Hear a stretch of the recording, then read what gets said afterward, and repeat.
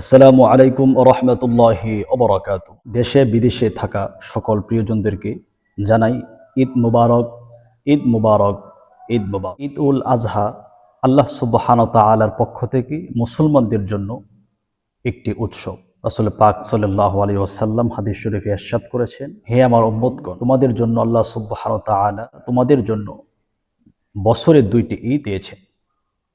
তো আসুন আমরা এই ঈদ নিজের জন্য পালন করি, নিজে আনন্দিত হই। আমার প্রতিবেশী যারা আছেন, আমার ভাই বোন, পিতা মাতা সকলকে নিয়ে আসুন আমরা ঈদ। তাই আসুন আমরা এই ঈদকে বন্টন করি সকলের সাথে, পিতামাতার সাথে, আত্মীয় স্বজন সকলের সাথে করি, আনন্দ উদযাপন করি।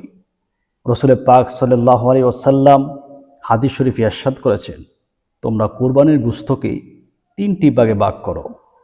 এক ভাগ নিজের জন্য রেখে দাও, আরেক ভাগ আত্মীয় স্বজনদের জন্য, আরেক ভাগ গরিব মিসকিন যারা আছেন তাদেরকে দিয়ে দাও। অর্থাৎ ঈদের আনন্দ তোমরা ভাগ করে তোমরা ঈদ যাপন করো। ঈদ উল আজহা আল্লাহ সুবহানাহু ওয়া তাআলার কাছে যেন কবুল হয়, সেই দোয়া কামনা করে আজকের মতো এখানে শেষ করছি। ঈদ মুবারক, ঈদ মুবারক, ঈদ মুবারক।